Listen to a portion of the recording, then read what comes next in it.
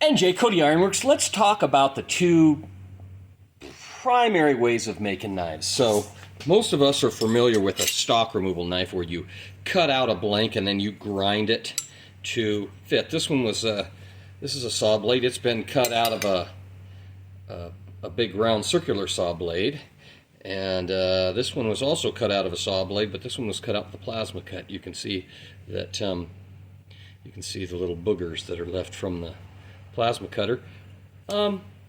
That's most knife makers, probably most knife makers in the country are making knives this way. But here, everything I do is forged. So even my full tang knives like this have been forged out of a piece of truck spring, coil spring. Let me see if I got a piece of it over here.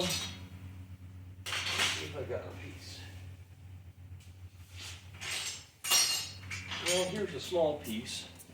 So most all of my knives are forged out of something like this. Now, of course, I used a bigger spring to forge this one out of, but you can actually tell that it was forged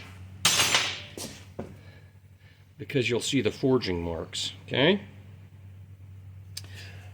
One of my more famous knife designs is these that I forge out of truck springs. So that's a full tang knife, round tang. This has been fullered in a die, and I'll show you in the power hammer. So this knife has been forged in this spring swedge tool like that underneath the power hammer. You get it to shape, and then that gets you right down to where it's about 3/8 all the way around. So this particular piece of steel started out as a piece of this truck spring. So this spring gets forged into this knife blank. Okay. Using that fuller tool and then the flatter, right? So it's been hardened and tempered. Of course, you have to anneal it to cut the threads in it.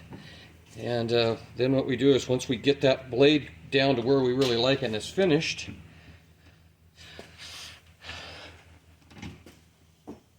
then we can add the guard.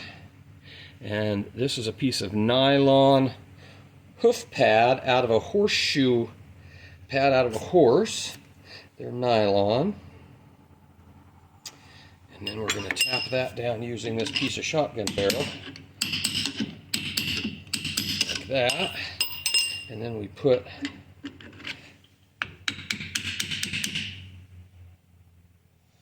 the horn on there. Like that. Get that down on there, like that. Make sure everything's lined up good. Then everything's straightened out. Make sure everything's straight. Then more nylon hoof pad, like that. And then we've got the top cap. Now sometimes what I'll do is I'll make these extra thick, and I'll thread these. I'll thread that one, but I wanted to do something a little different, so I've got one of these fancy. Cap nuts that we can put on there and suck everything down.